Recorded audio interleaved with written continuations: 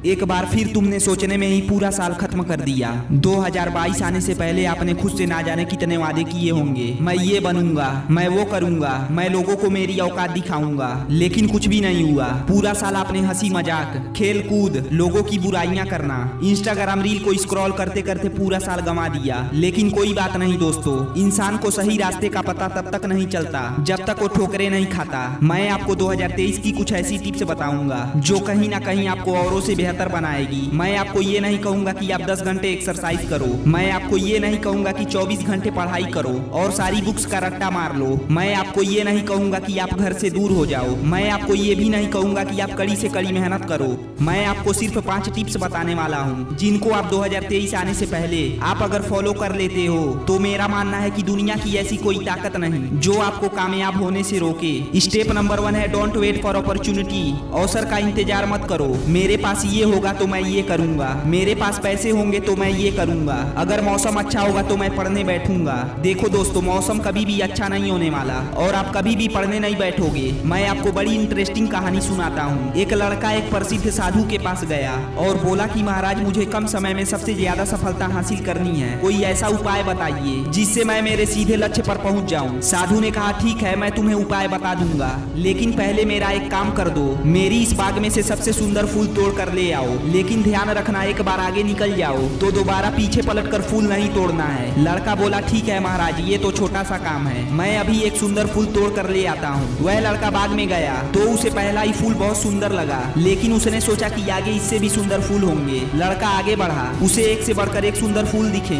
लेकिन वह अच्छे से अच्छा फूल देखने के लिए आगे बढ़ता रहा। जब वह बाग के अंत में पहुंचा तो वहाँ मुरझाए हुए और बेजान फूल थे। ये देखकर लड़का निराश हो गया और खाली हाथ ही संत के पास पहुंच गया। साधु ने समझाते हुए कहा कि हमारे जीवन में भी ऐसा ही होता है, इसीलिए प्रारंभ से काम शुरू कर देना चाहिए। जैसे ही कोई अवसर मिले उसका उपयोग कर लेना चाहिए। ज्यादा अच्छे अवसर के चक्कर में हाथ आए अवसर को नहीं छोड़ना चाहिए। कभी भी अवसर का इंतजार नहीं करना चाहिए। अगर आप सचमुच में 1 महीने में कुछ उखाड़ना चाहते हो तो आपको टाइम वेस्ट करना छोड़ देना होगा और स्टेप नंबर 1 को बारीकी से फॉलो करना होगा। Step number 2 don't make excuse. बहाने बनाना छोड़ दो। मेरे पास टाइम नहीं है, मैं ये नहीं कर सकता, अरे यार मैं तो गांव में रहता हूँ ना, गांव वालों को सपोर्ट कहाँ मिलता है, मेरे पास पैसे नहीं है, मैं ये काम स्टार्ट नहीं कर सकता, मेरे पास स्कूल की फीस नहीं है, मैं पढ़ नहीं सकता, मेरे घर वाले सपोर्ट नहीं करते, अरे यार मैं तो जिंदगी से हार चुका हूँ। बेहतर काम न करने की वजह या वक्त न होने की बहाना मत बनाइए, क्योंकि आपका दिन भी 24 घंटे का ही होता है और सफल लोगों का भी। आपके पास वक्त बहुत ही कम है, प्लीज बहाने बनाना छोड़ दो और अपने गोल पर फोकस करो।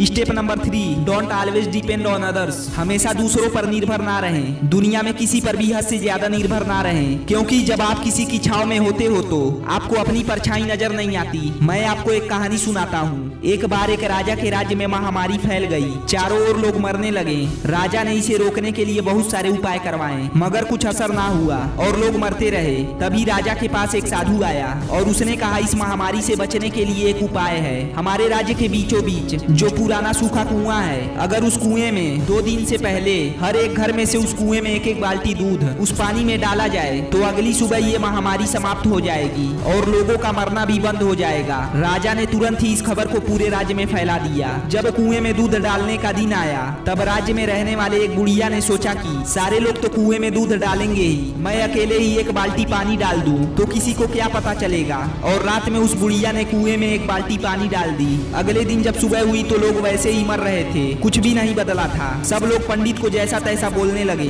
पंडित और राजा कुएं को देखने आए और उन्होंने देखा तो हैरान रह गए। सारा कुआं पानी से भरा हुआ था, दूध की एक बूंद भी वहाँ नहीं थी। दरअसल दोस्तों, जो विचार बुढ़िया के मन में आया था वही विचार राज्य के सारे लोगों में भी आया था। जब भी ऐसा काम आता है जिसे सारे लोगों को मिलकर करना होता है, तब अक्सर हम अपनी जिम्मेदारियों से ये सोचकर पीछे हट जाते हैं कि कोई ना कोई तो इस काम को कर ही लेगा। इसीलिए दोस्तों कहते हैं कि हमेशा दूसरों पर निर्भर ना रहें। Step number 4 control your mind. अपने मन को इधर उधर मत होने दो। क्या आपने कभी आम, अमरूद और जामुन का बीज देखा है? कैसे एक छोटा सा बीज एक दिन बड़ा वृक्ष बन जाता है? ये तभी मुमकिन हो पाता है जब वह जमीन में स्थिर रहता है। अगर हम रोज इसे बदलते रहेंगे तो वो कभी भी बड़ा नहीं हो सकता। ठीक इसी तरह हमारा दिमाग होता है। फॉर एग्जाम्पल बल्ब का आविष्कार थॉमस एडिसन ने किया था। इस काम में भी 1000 बार फेल हुए थे। अगर वह भी हर पल अपने विचार को बदलते रहते और हार मान लेते तो वह कभी भी बल्ब का आविष्कार नहीं कर सकते थे। इसीलिए अपने माइंड को सिर्फ एक ही ट्रैक पे चलाएं। अब लास्ट पॉइंट बड़ा इंपॉर्टेंट है, जिसके बिना ये सारे स्टेप्स बेकार हैं। बिलीव इन योर सेल्फ, अपने आप में विश्वास रखें। मान लो आपने पूरी साल पढ़ाई की और एग्जाम के वक्त आप ये कहते हो कि मैं पास नहीं हो सकता,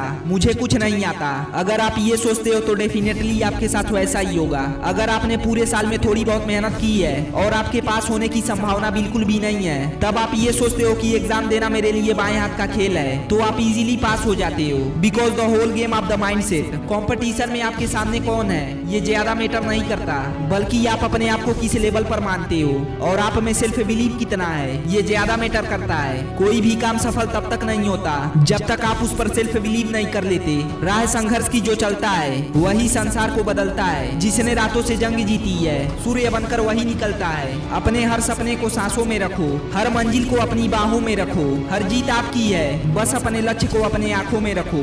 जमीर जिंदा रख, कबीर जिंदा रख। अगर तू सुल्तान भी बन जाए तो दिल में फकीर जिंदा रख। हौसले के तर्कस में कोशिश का वो तीर भी जिंदा रख। हार जा चाहे जिंदगी में सब कुछ, मगर फिर से जीतने की उम्मीद जिंदा रख। पानी को बर्फ में बदलने में वक्त लगता है, ढले हुए सूरज को निकलने में वक्त लगता है। थोड़ा धीरज रखे दोस्त, थोड़ा और जोर लगाता रहे, क्योंकि किस्मत के जंग लगे दरवाजे खुलने में हमेशा वक्त लगता है। दोस्तों ये वीडियो आपको जरा सा भी हेल्पफुल लगी हो, थोड़ा सा भी मोटिवेशन मिला हो, तो इस वीडियो को शेयर जरूर कर देना।